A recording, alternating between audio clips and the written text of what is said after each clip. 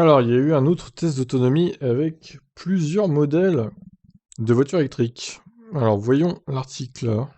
Où puis-je aller avec une batterie chargée à fond? Super test indépendant consacre à l'efficacité des voitures électriques réalisé par Inside EVs Italie est de retour. Cette année, il a réuni 12 modèles dits à longue autonomie, c'est-à-dire équipés des plus grosses batteries dispo sur le marché.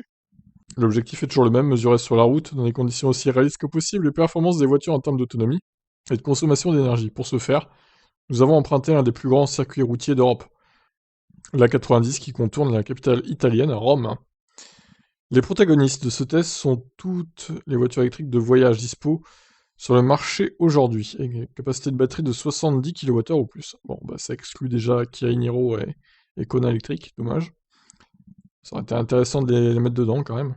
Ces modèles diffèrent par leur prix, leur taille, leur performance et ne sont pas directement comparables. Cependant, les mesures qui ressortent de ce test sont intéressantes pour les acheteurs potentiels, car elles font une différence dans leurs besoins de mobilité.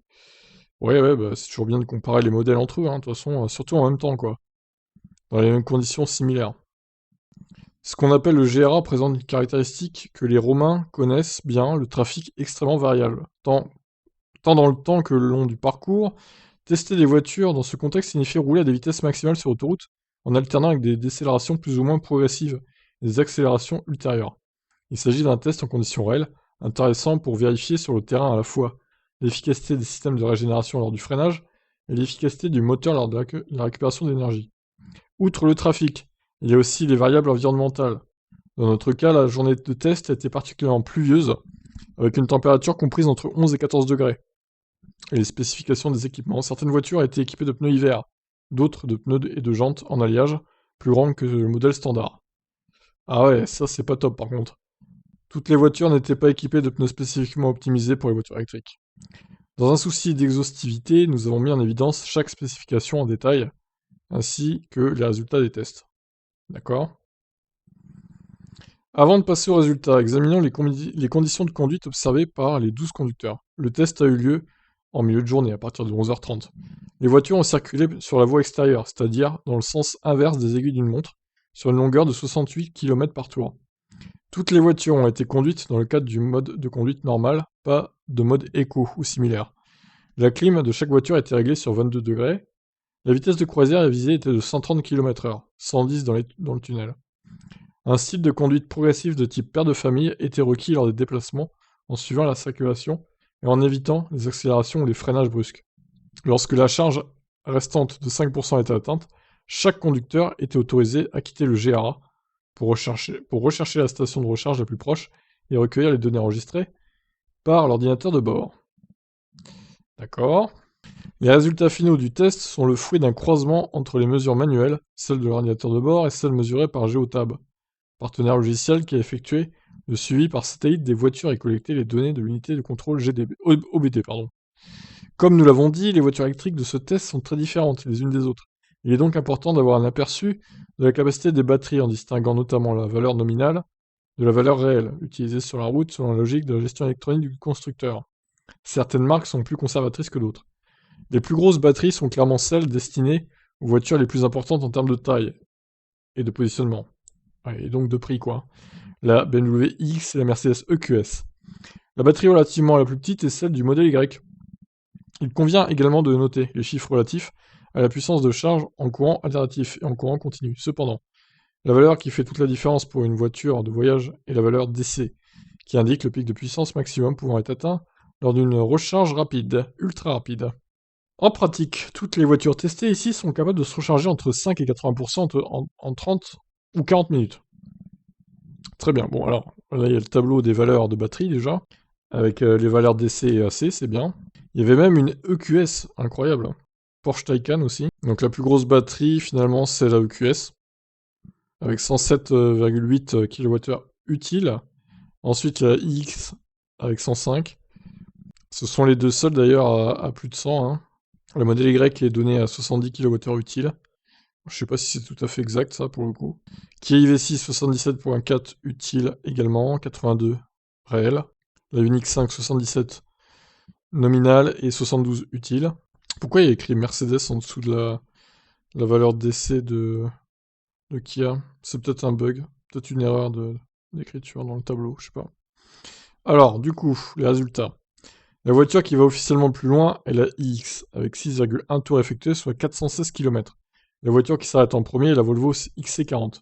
En moyenne, la différence entre les chiffres de l'OLTP déclarés et les nôtres est de 33%. Ah, ils ont fait pas mal d'autoroutes aussi, apparemment, c'est pour ça. Hein. Alors, la iX va moins loin, va plus loin que la EQS. Je suis un peu étonné de ça, par contre. Honnêtement, je suis très étonné, là. Comment c'est possible? Normalement, la EQS est super efficiente et tout, enfin... Par rapport à sa taille, hein, je parle évidemment, vu le coefficient de traînée. C'est assez étonnant hein, comme résultat, honnêtement, je suis surpris là. Elle a à peine plus que le modèle Y, qui est un SUV, et qui a quand même beaucoup moins de batterie. Alors ouais, c'est étonnant, étonnant, bon. J'aurais plutôt vu la Mercedes largement première, avec 450 km d'autonomie. C'est vraiment surprenant, honnêtement. Bon, écoutez. La Mustang 380 données, par leur test, 348 le Skoda Enyaq, Audi Q4 Sportback 342, Kia IV6 331. Pas très bien placé hein, la Kia IV6. Volkswagen ID4 Pro Performance 330, quasi pareil. Ioniq 5 325. Porsche Taycan 317, Jaguar I-Pace 311 et le XC40. Du coup, 285. Alors je vois que la Volvo et la Jaguar avaient des pneus hiver. Ce qui aide pas trop pour la conso, pour le coup. Ok, ensuite, résultat par consommation. La console la plus petite, c'est le modèle Y. Oh, c'est pas étonnant, hein, ils sont très efficients chez Tesla, du coup. C'est pas un secret, ça. Skoda Enyaq deuxième, Ioniq 5 21, Audi 4 e-tron 21.3, Mustang 22, Kia 22.2. La Mercedes est à 26. Et B. Et enfin, prix et coût, du coup, voilà, évidemment. Ah, ils ont même mis les prix de la recharge à la maison et de la recharge en AC et en DC. Ok, c'est pas mal. Ils ont vraiment fait du travail très bon là. Très complet, je trouve. Voilà, la Mercedes étant la plus chère, évidemment, 152 000 euros. C'est un gouffre financier. Ah non, c'est la Porsche, oui, c'est la Porsche la plus chère, 191 000. Effectivement, la Mercedes donc est deuxième en termes de prix et la BMW, 103 500. Ok, bon bah écoutez, voilà. Voilà ce qu'on pouvait dire par rapport à cet essai. Alors moi, j'aime bien ce genre d'essai où ils essaient les voitures en même temps, dans les mêmes conditions, au même moment en fait. Je trouve que c'est les meilleurs essais, c'est les plus réalistes parce que de toute façon, les voitures ont les mêmes conditions climatiques, qu'il pleuve, qu'il vente, qu'il fasse froid, qu'il fasse chaud. Donc pour moi, c'est ce qu'il faut faire comme essai pour comparer vraiment les voitures les unes aux autres. Alors dommage, il manquait quelques modèles quand même, mais bon, ils ont préféré prendre des modèles à 70 kWh et plus de batterie, donc bon, bah écoutez, c'est leur choix. Il y en aura d'autres, des essais, il y en a déjà eu d'autres d'ailleurs. Hein. La Norvège, je crois qu'ils en avaient testé 20 il y a quelques mois. La vidéo est dispo sur Electib, évidemment, parmi les innombrables vidéos. Donc voilà, écoutez, je vous laisse me donner votre avis là-dessus. Qu'est-ce que vous en pensez des autonomies et de la conso des voitures qu'ils ont mesurées du coup.